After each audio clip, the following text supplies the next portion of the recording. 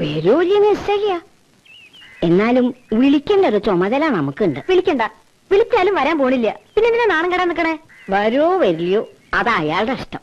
എന്നാലും ചെന്ന് പറയേണ്ട ഒരു കടമയുണ്ട്. മുത്തശ്ശി പോയാ മതി, എന്നെ കാക്കണ്ട. ഞാൻ പോവും. സുമാന്റെ അനിയനെയും കൂട്ടി പോവും. എന്താ സുമാന്റെ അനിയ? ഞാൻ വരാം, പക്ഷെ ഒരു കണ്ടീഷൻ. സുകുമാരന്റെ അനിയാന്ന് മാറ്റി ഇടയ്ക്കെങ്കിലും മുത്തശ്ശി എന്റെ പേരൊന്ന് വിളിക്കണം. ഇല്ലേ ഞാൻ തന്നെ എന്റെ പേര് മറന്നുപോകും. ആരും സഹായം ചോദിച്ച ഇനി ഈ പടി കയറുന്നില്ല, അതിന്റെ പേരിൽ കാശ് ചെലവാവുന്ന് പേടിക്കണ്ട അച്ചുവന്നാര് എന്ന് പറഞ്ഞ അട്ടകസിച്ച് പോയല്ലോ ഉദ്യോഗസ്ഥ. എന്നിട്ടിപ്പ എന്തായി? ഇപ്പോഴും കാശൊന്നും ചെലവാക്കണ്ട, ഒരാളായിട്ട് ഒന്നിങ്ങനെ നിന്ന് നിന്നാ മതി. കാശിന് പകരം പുളിങ്കുരി മതിയാവോ കല്യാണ ചെലവിന്? ഇത് പുളുങ്കുരു കൊണ്ട് നടത്തുന്ന കല്യാണ, അങ്ങനെയും കല്യാണം നടത്താലോ. വാ, അറിയാറില്ല. ഇയാളുടെ വേഷം എന്താണാവോ ഈ കല്യാണ സൗഗന്ധികത്തില്? ഞാൻ പറഞ്ഞോളൂ അച്യുതാ, സുമാരന്റെ അനിയൻ. ഇവന്റെ ഉത്തരവാദിത്തല ഒരാലോചന വന്നിരിക്കണം. നന്നാവും, വളരെ നന്നാവും. അയൽക്കാരന്റെ ഉത്തരവാദിത്തം ആവുമ്പോ വളരെ വളരെ നന്നാവും. അപ്പൊ എന്റെ വേഷം എന്താണാവോ ഈ കഥയില്? ഹനുമാൻ, നിങ്ങൾക്ക് ആ വേഷം നന്നായിട്ട് ചേരാ. ഒന്ന് അവിടെ വരെ ചെന്നിട്ട് പോരും മനുഷ്യ. നാട്ടുകാരെങ്കിലും ബോധിപ്പിക്കാലോ. നീ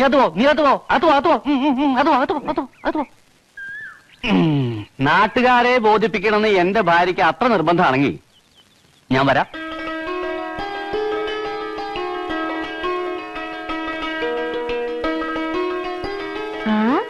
ഇതും കൂടി വെച്ചാ ഈ ചേച്ചി സുന്ദരി കുട്ടിയായി. കുട്ടികളെ, അമ്മാമ വന്നിരിക്കണോ? ഓ, വന്നു ശകുനി.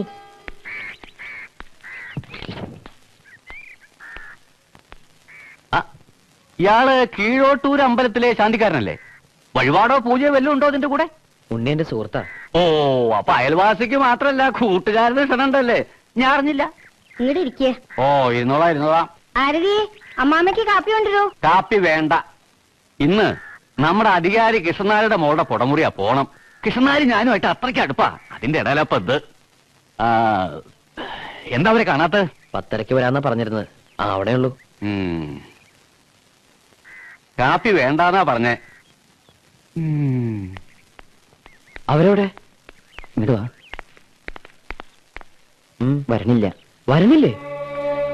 എന്തേ? ഇറങ്ങാൻ നിന്നതാ. അപ്പഴ ചെക്കൻ്റെ ഒരു അമ്മാമ വന്നത്. ഈ അമ്മാമാരെല്ലാവർക്കും പ്രശ്നമാണല്ലോ. എന്താ കാര്യം പറഞ്ഞു? തുണിക്കടയിൽ വെച്ച് അനിയത്തിയെ കണ്ടിട്ടുണ്ടത്രേ. അത് വേണമെങ്കിൽ ആലോചിക്കാന്ന്. അത് അവരാലോചിക്കണ്ട. അവര് വരുന്നില്ല അല്ലേ? ചെറിയമ്പ്രാൻ മരത്തിൽ കണ്ടത് ചെറുമൻ മാനത്ത് കണ്ടു എന്നൊരു ചൊല്ലുണ്ട്. ഞാൻ അത് നേരത്തെ ഊഹിച്ചു. 11 മണിക്കാണ് കൃഷ്ണനാരോടെ മുഹൂർത്തേ. ഇപ്പൊ അങ്ങോട്ട് ഇറങ്ങിയ മുഹൂർത്തത്തിന് മുമ്പ് അങ്ങോട്ട് എത്താം. അപ്പൊ എനിക്കങ്ങോട്ട് പോവാലോ അല്ലേ? ഇനിയിപ്പോ എന്താ ചെയ്യേണ്ടത് അച്യുതാ? എന്താ ചെയ്യേണ്ടതെന്ന് തീരുമാനിക്കാൻ ആളുണ്ടല്ലോ ഇവിടെ. പോരാത്തേന് അയൽവാസിയും ചങ്ങാതിയും ടൈലറും. ആവശ്യമുണ്ടെങ്കിൽ അറിയിച്ചാൽ ഇനി ഇതുപോലെ വന്നു പോവാം. ഈ ചേച്ചിയോട് എങ്ങനെയത് പറയാ? അതാ ഞാൻ ആലോചിക്കണേ.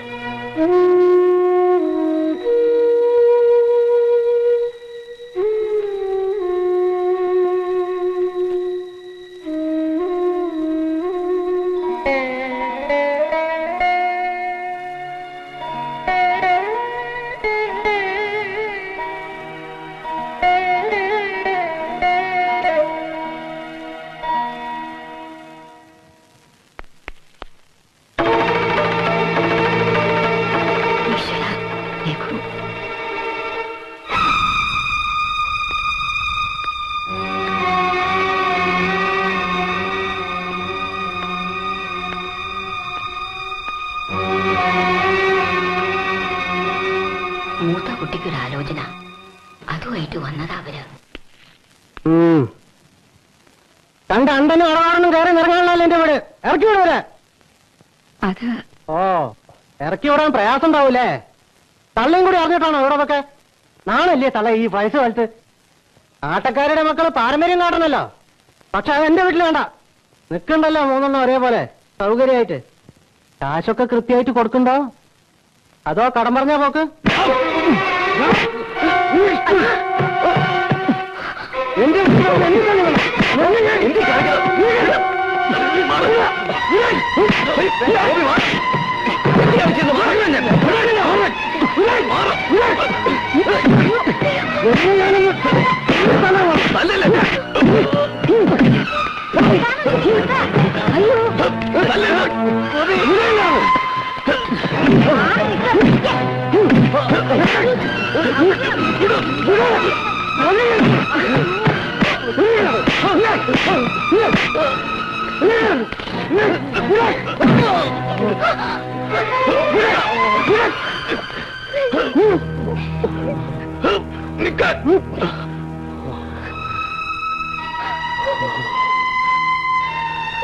അധികം വളത്തിലെടുത്താ എല്ലാത്തിനും അകത്തേക്ക് പേർക്ക് തീ വെക്കും ഞാൻ.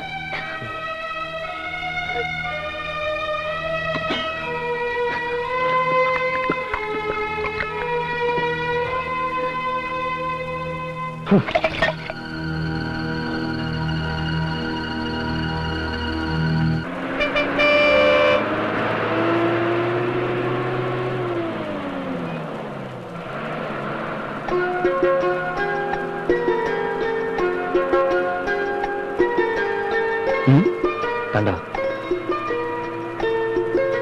അവര് കല്യാണം കഴിക്കാത്തവരാണെങ്കിലോ കാര്യം കിട്ടലുണ്ടാവില്ല. ഓടോടുന്നു. ഇച്ചേച്ചിയുടെ കാര്യം നമുക്കൊന്ന് ആലോചിച്ചാലോ? രണ്ടുപേർക്കോ? അതിലൊരാൾക്ക്. ഇങ്ങനെയുള്ളവർ തമ്മിലാകുമ്പോ കാര്യങ്ങൾ നടക്കാൻ എളുപ്പമുണ്ടാവും. നമുക്കൊന്ന് ശ്രമിച്ചു നോക്കിയാലോ? പക്ഷെ എങ്ങനെ നമ്മള് നോക്കാം.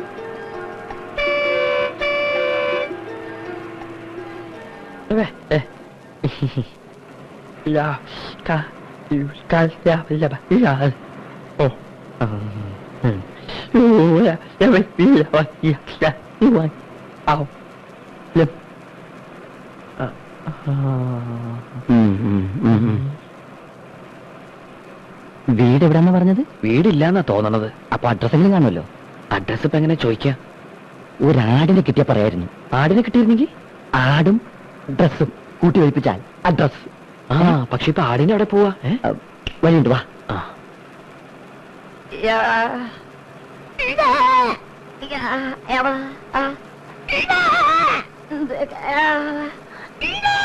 ഇത് വലിയ കഷ്ടമല്ലോ. ദേ സംസാരിക്കണു. അപ്പൊ നിങ്ങൾ സംസാരിക്കോ? എന്നിട്ടാ ഞങ്ങൾ വഴിയാക്കിയത്? പുള്ളിക്കാരെ സംസാരിക്കൂ? ഇല്ല. ഓ, സമാധാനായി. അല്ല, പുള്ളി കല്യാണം കഴിച്ചാണോ? കഴിച്ചിട്ടില്ല. കല്യാണം കഴിച്ചിട്ടില്ല. വീട് എവിടെയാന്ന് പറഞ്ഞേ? പാലക്കാട്. ഓ, പാലക്കാട് പാലക്കാട് പാലക്കാട്.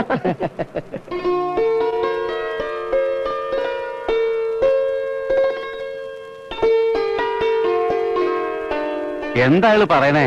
പെൺകുട്ടി ഉണ്ടാക്കിയ സാധനങ്ങളെ കുറിച്ചാ. ഒക്കെ നന്നായിട്ടുണ്ടെന്ന്. ഓഹോ, ഇങ്ങനെയുള്ള ആൾക്കാർക്കൊക്കെ ഈ ചിരട്ടോടാണോ താല്പര്യം?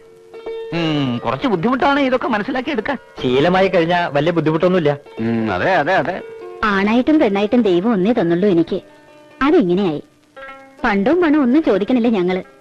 അവന് ഒത്തുപോണ ഒരു പെണ്ണ്, അതേ വേണ്ടു. പണ്ടവും പണവും ഇവിടെ കരുതിയിട്ടുമില്ല, അല്ലേ മഹേശ്വരമേ? കാര്യങ്ങളൊക്കെ നേരത്തെ പറഞ്ഞിരുന്നു ഞങ്ങള്. ഞാൻ അറിഞ്ഞില്ല. എങ്കിൽ നേരം കളയണ്ട, കുട്ടിയെ വിളിക്കാം. എന്താ അത്ര താമസം? അവര് കാത്തിരിക്കാണ്. വേഗം ആവട്ടെ. ചേച്ചി. ഓ, വേഗം.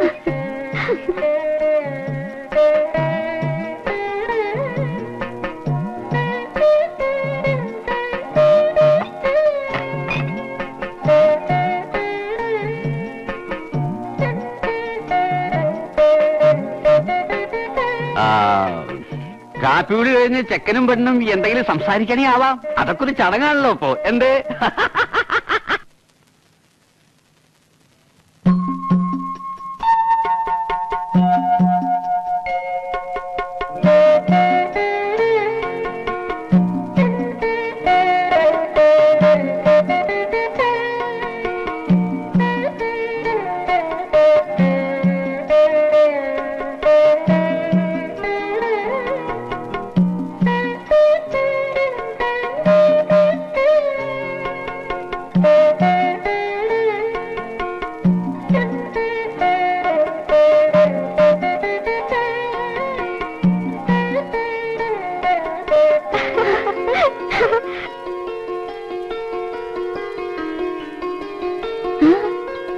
ഇഷ്ടായോ?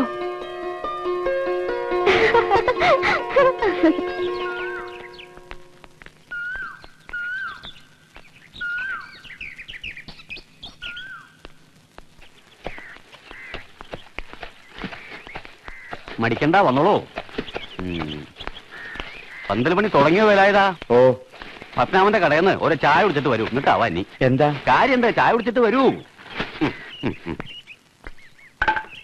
മുത്തശ്ശില്ലേ ഇവിടെ? വിളിക്കുക. കേറിയിരിക്കുക.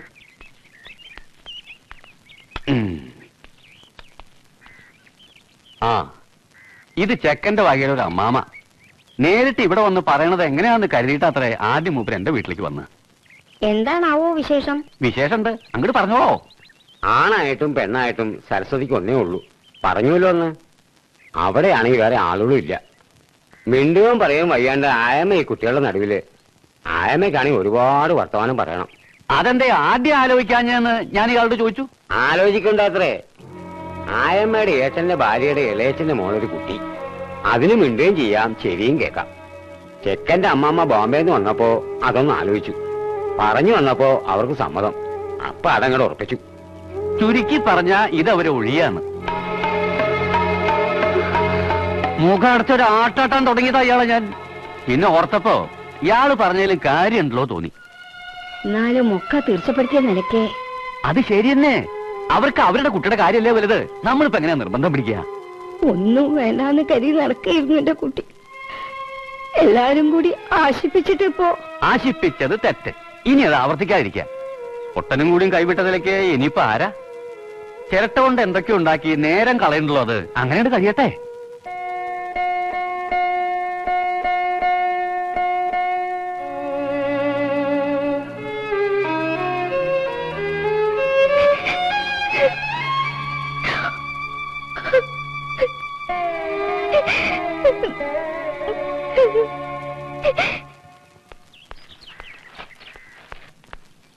കാര്യങ്ങൾ അകത്ത് പറഞ്ഞിട്ടുണ്ട്, പറയും. എന്താ എന്താ മുത്തശ്ശി? ഈശ്വരന്മാരെപ്പോഴും നമ്മളെ ചതിക്കന്നെയാ. ഇതൊന്നും നടക്കില്ല അത്രേ.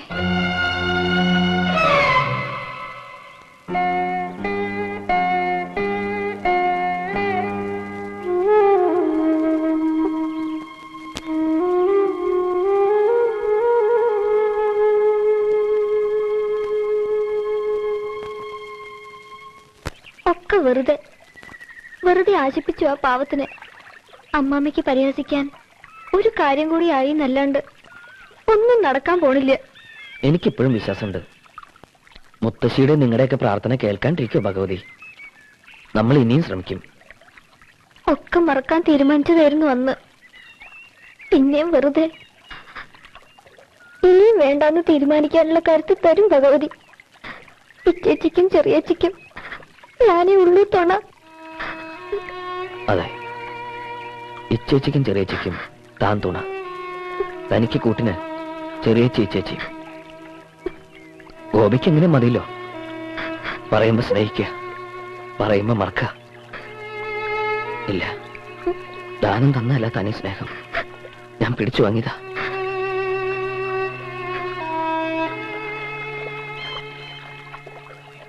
കടയിൽ നോക്കി ഞാൻ ഗോപിയെ. രാമൻകുട്ടി വിവരങ്ങളൊക്കെ പറഞ്ഞു. കുട്ടിക്കാലത്ത് അഞ്ജലി യേശുദൊക്കെ ഈ പുഴ മുറിച്ചിടന്ന സ്കൂളിൽ പോവാറ്. ഓർമ്മയുടെ അഞ്ജലിക്ക് നിറയെ വെള്ളം ഉണ്ടായിരുന്ന ഒരു ദിവസം പിന്നീട് ഇടന്ന് ഇച്ചേച്ചി ഒഴുക്കിൽ വിട്ടു. പാവത്തിന് ഒച്ച ഉണ്ടാക്കാൻ പറ്റാത്തോണ്ട് നിങ്ങളാരും കണ്ടൂല്ലേ. കടവത്തുണ്ടായിരുന്നു ഞാൻ. കണ്ടിട്ടും പകച്ചു നിന്നു. പെൺകുട്ടികളെ തൊടാവോന്നായിരുന്നു അപ്പൊ ചിന്ത. പിന്നെ ആരൊക്കെ ഇച്ചേച്ചി രക്ഷിച്ച് കരയ്ക്ക് കൊണ്ടുവന്നപ്പോ കണ്ടുവന്നവരൊക്കെ എന്നെ ചീത്ത പറഞ്ഞു. കുറ്റബോധം കൊണ്ട് എന്തോ ഇച്ചേച്ചിന്റെ ഒരു കവിതയ്ക്ക് വിഷയമായിരുന്നു ഒരിക്കല്. ആ കടം എന്തെങ്കിലും വീട്ടിൽ നിന്നുണ്ടായിരുന്നു മനസ്സിൽ. ഞാൻ കല്യാണം കഴിക്കാൻ വെച്ച വിരോധാവും ആ കുട്ടിക്ക്. ഇല്ലത്തെ പ്രാരാബ്ദങ്ങളുണ്ട്. ദാരിദ്ര്യം, കഷ്ടപ്പാട്, തളർവാദം വന്ന് കിടക്കണ അച്ഛൻ, പ്രായം കഴിഞ്ഞിട്ടും വേലി നടക്കാത്ത ഒപ്പോള്. അതിനിടയിലേക്ക് കൈപിടിച്ചുകൊണ്ട് ചെല്ലാന്ന് പറഞ്ഞ അറിയാം. ഒരു കല്യാണത്തെക്കുറിച്ച് ചിന്തിച്ചിട്ട് പോലുമില്ല. ശാന്തി കൊണ്ട് ഒന്നിനും തേഞ്ഞിട്ടില്ല. ഒരു ജോലി കിട്ടുന്ന വരെയുള്ള പ്രയാസം. എന്നാലും ഈ ചേച്ചിക്ക് സങ്കടപ്പെടേണ്ടി വരില്ല.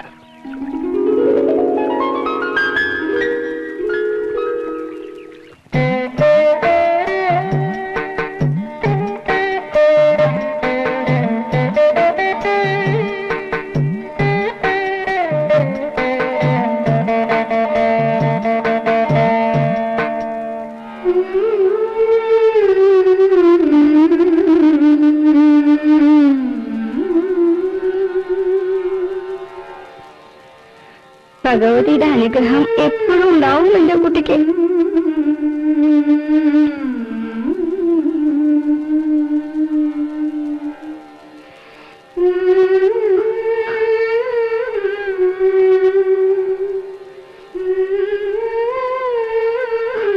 രാഹുകാലാവണേന് മുമ്പ് ഇറങ്ങാം.